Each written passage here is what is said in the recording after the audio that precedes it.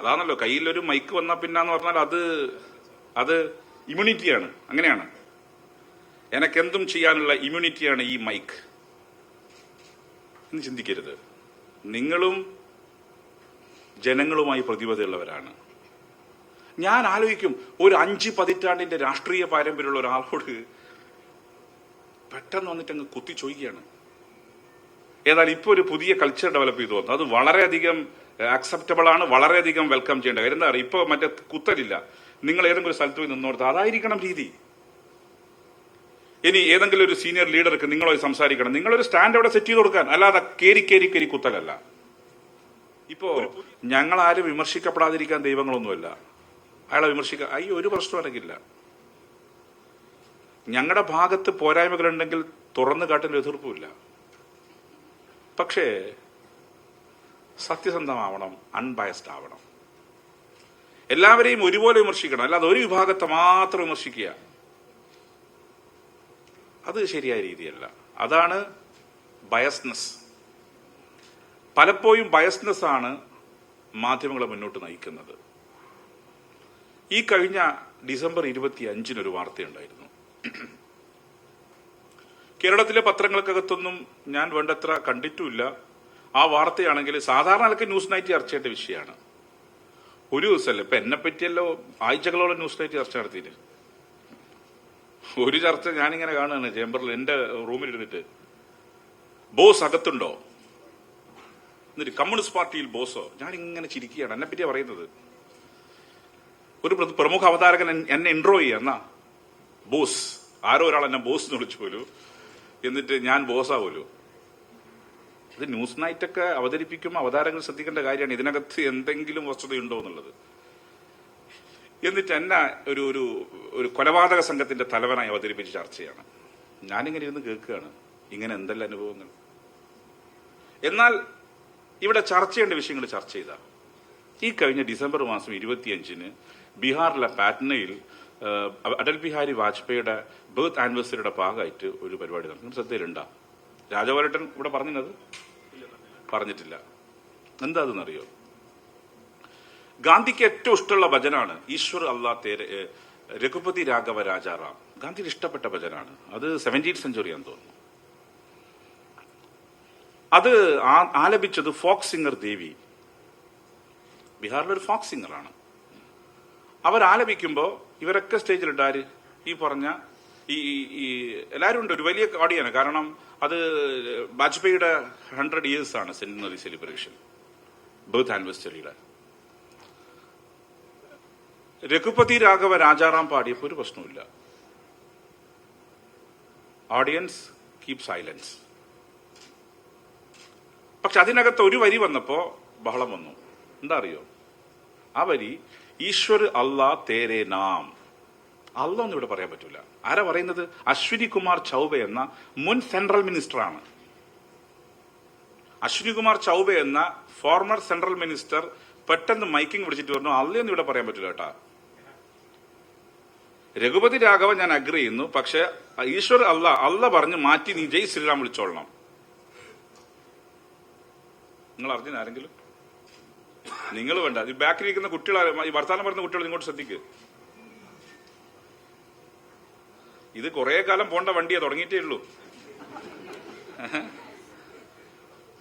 ആരും അറിഞ്ഞില്ല ഈ കാര്യം. ഇതാണ് സ്ഥിതി. ഇതാണ് ഈ രാജ്യത്ത് നടക്കുന്ന സംഭവം. എത്രമാത്രം ഒരു പ്രധാന പോർട്ട്ഫോളിയോ ഹോൾഡ് ചെയ്ത ഒരാൾ എങ്ങോട്ട് പോകുന്നു രാജ്യം? അത്തരം ഡിബേറ്റ് ചെയ്യേണ്ട ഏതെങ്കിലും വിഷയം കേരളത്തിലെ ഡിബേറ്റ് ചെയ്തോ നിങ്ങൾ? ആരെങ്കിലും? നിങ്ങൾ ഓടിക്കൊണ്ടാന്ന് അണ്ണാക്ക് കുത്തി തരൂലേ? അതാണല്ലോ കയ്യിലൊരു മൈക്ക് വന്നാൽ പിന്നെന്ന് പറഞ്ഞാൽ അത് ഇമ്മ്യൂണിറ്റിയാണ്. അങ്ങനെയാണ്.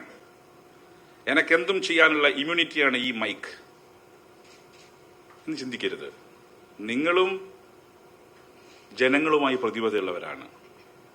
ഞാൻ ആലോചിക്കും, ഒരു 5 പതിറ്റാണ്ടിന്റെ രാഷ്ട്രീയ പാരമ്പര്യമുള്ള ഒരാളോട് പെട്ടെന്ന് വന്നിട്ട് അങ്ങ് കുത്തി ചോദിക്കുകയാണ്. ഏതായാലും ഇപ്പൊ ഒരു പുതിയ കൾച്ചർ ഡെവലപ്പ് ചെയ്തു വന്നു. അത് വളരെയധികം അക്സെപ്റ്റബിൾ ആണ്, വളരെയധികം വെൽക്കം ചെയ്യേണ്ട കാര്യം. എന്താ പറയുക, ഇപ്പൊ മറ്റേ കുത്തലില്ല. നിങ്ങൾ ഏതെങ്കിലും ഒരു സ്ഥലത്ത് പോയി നിന്നോർത്ത് അതായിരിക്കണം രീതി.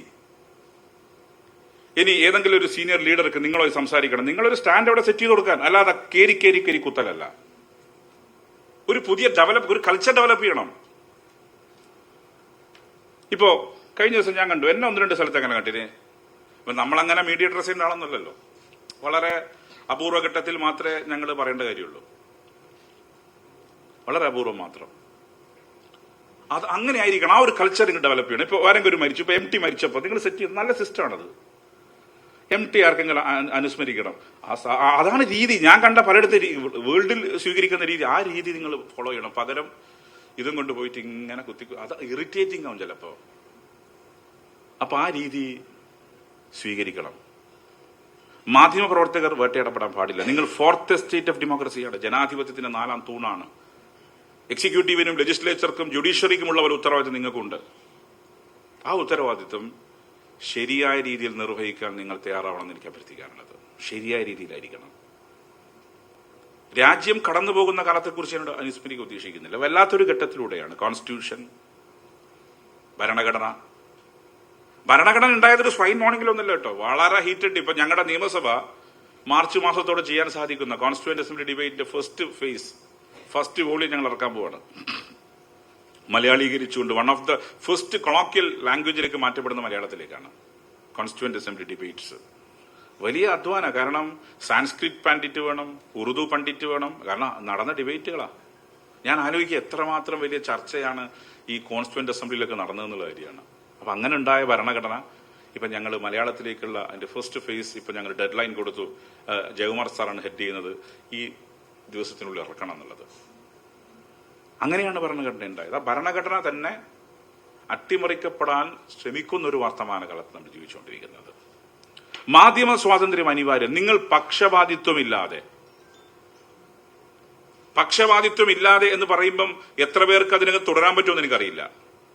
നിങ്ങൾക്ക് പക്ഷമില്ല എന്ന് നിങ്ങൾ മുതലാളിക്ക് പക്ഷമൊക്കെ ഉണ്ട്, കൃത്യമാണ്, വളരെ കൃത്യമായ പക്ഷമുണ്ട്, അതിലും തർക്കമൊന്നുമില്ല. പലപ്പോഴും അവർക്ക് ഇഷ്ടമില്ലാത്ത കാര്യം വേണ്ടത്ര കാണിക്കില്ല എന്നല്ല. പക്ഷെ ഇന്നിപ്പോ സോഷ്യൽ മീഡിയക്ക് ഉള്ളതുകൊണ്ട് വല്ലാത്ത രീതിയിൽ അവോയ്ഡ് ചെയ്തു പോകാനും കഴിയില്ല. എന്നാൽ സോഷ്യൽ മീഡിയയും പൂർണ്ണമായിട്ടൊന്നും ട്രസ്റ്റ് ചെയ്യാൻ പറ്റുന്നില്ല, എന്തൊക്കെയോ പറയുന്നുണ്ടാവും. പിന്നെ ബ്രേക്കിങ്ങിന്റെ ഭാഗമായി മത്സരം നടക്കുകയാണ്. ബ്രേക്ക് ചെയ്യുമ്പോൾ എനിക്ക് ഓർമ്മയുണ്ട് ഗോവിന്ദച്ചാമിയുടെ ഒരു ബ്രേക്കിംഗ്, അയാളെ വെറുതെ വിട്ടു എന്നാണ് ആദ്യം കൊടുത്ത വാർത്ത, പിന്നെ ബുദ്ധിമുട്ടുണ്ടാവുന്നില്ലേ. അപ്പൊ അതുകൊണ്ട് തിരക്കല്ല റിപ്പോർട്ടിംഗ്, തിരക്കല്ല, ഒതന്റിസിറ്റിയാണ്.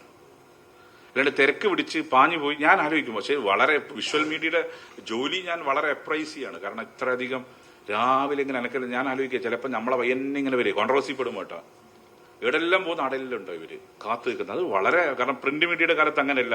ഇന്ന് രാവിലെ പത്രം ഇറങ്ങിയാൽ പിന്നെ നാളെ രാവിലെ വരെ സമയമുണ്ട്, അതിന്റെ ഇടയ്ക്ക് കാര്യങ്ങൾ നീക്കിയാൽ മതി. ഇന്നിപ്പോ അങ്ങനെയല്ല. വിഷ്വൽ മീഡിയയുടെ ജോലി വലിയ ഉത്തരവാദിത്തമുള്ള ജോലിയാണ്. ആ ഒരു ജോലി ചെയ്യുമ്പോൾ തന്നെ ഒതന്റിസിറ്റി കൂടി ഉറപ്പിക്കാൻ നിങ്ങൾ തയ്യാറാവണം. മീഡിയ ആക്രമിക്കപ്പെടുന്ന വർത്തമാനകാല ഇന്ത്യയിൽ മാധ്യമപ്രവർത്തകർക്ക് അന്തസ്സും അഭിമാനവും ചെയ്ത് ജോലി ചെയ്യാൻ സാധിക്കുന്ന സ്ഥലം കേരളമാണെന്ന കാര്യത്തിൽ എനിക്കൊരു തർക്കവുമില്ല.